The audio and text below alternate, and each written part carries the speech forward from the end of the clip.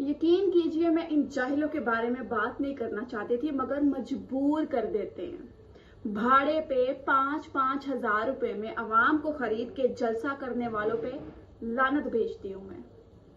आप जनाब तो तुम्हारी पार्टी से वैसे खत्म हो गया, तो चल तू करके बात करते हैं। तू कंटेनर पे खड़ा होके खुदा की कसम खा के कहता है कि मैं तुम्हारा वो हाल करूंगा कि तुम बांग्लादेश को भूल जाओगे। और तुझ जैसों से और उम्मीद भी क्या रखें, तुम लोग लाओगे तब्दीली। और भाई साहब यहाँ पे दाता दरबार के बाद ना मुफ्त रोटी के लिए लाइनें लगी होती हैं। गलती से अगर कोई कुछ बांट रहा होता है ना, तो अवाम मुफ्त का लेने के लिए लालच में आकर अगले का गिरेबान भी फाड़ देती है। इतना रश होता है वहां। तू कंटेनर पे चढ़ के 5-5 हजार रुपए में अवाम बुला के धमकियां देगा, हमारे मुल्क की बदनामी करे, और तू समझता है कि हम बर्दाश्त करेंगे? नहीं बेटा, अब नहीं। तुम लोग लाओगे तब्दीली जिन्होंने जहालत की आखिरी हद जो है ना वो भी पार की है 9 मई करके।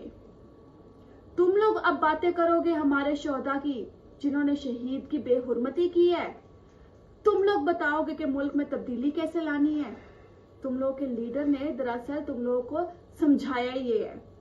यकीन कीजिए, मैं अली अमीन गंडापुर की कोई भी वीडियो सुनती हूँ ना, आवाज से लगता है कि पूरी बोतल चढ़ा के ये कंटेनर पे चढ़ा है।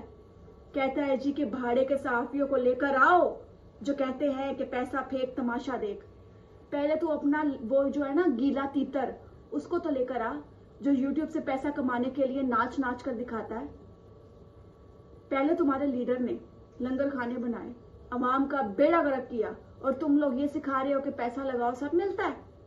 बस वही पैसा इस्तेमाल करके लोगों को लालच देके टपोसियां मारते हुए कंटेनर पर बकवासियात करना तुम लोगों का वतीरा बन चुका है। इसके अलावा कोई ऑप्शन है ही नहीं तुम लोगों के पास।